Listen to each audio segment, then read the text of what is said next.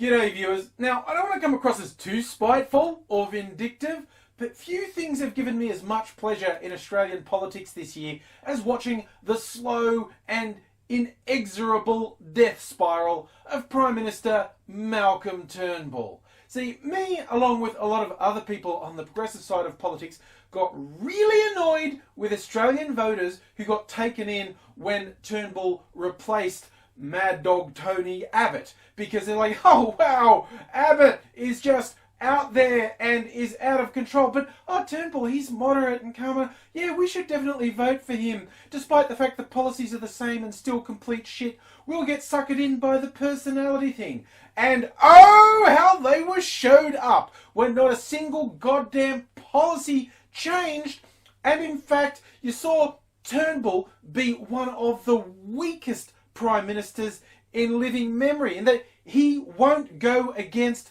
the Conservative minority in his coalition on anything because they've been absolutely explicit that they'll savage him and they'll withdraw support for him in the Parliament if they don't like something he says. So all the reasons people thought, I'll vote for Turnbull, he's got a sensible approach on climate change. He's got a sensible approach on marriage equality. Wait, why is he abandoning them? He's supposed to be in charge. Why are individual nobodies on the lunatic fringe of his party dictating policy?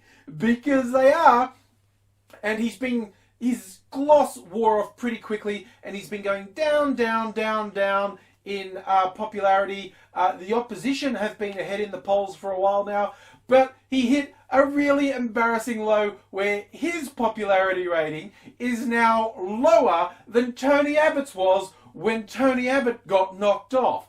And this is going to start to seriously fire up Abbott, who bizarrely has never given up the idea that he'll be Prime Minister again, and the Conservatives and supporters. I don't think they've got anyone else to put forward. I think they do intend to put Abbott forward. And look, on a purely selfish front, of course, that is positive to me, because when he was running things and the idiots in his cabinet, there was some complete clusterfuck basically every day. Like, sure, I could just pick on their policies because I disagree with them, but they were doing own goals, unforced errors, absolutely ridiculous bullshit basically every day. It was one of the most bizarre things I've ever seen.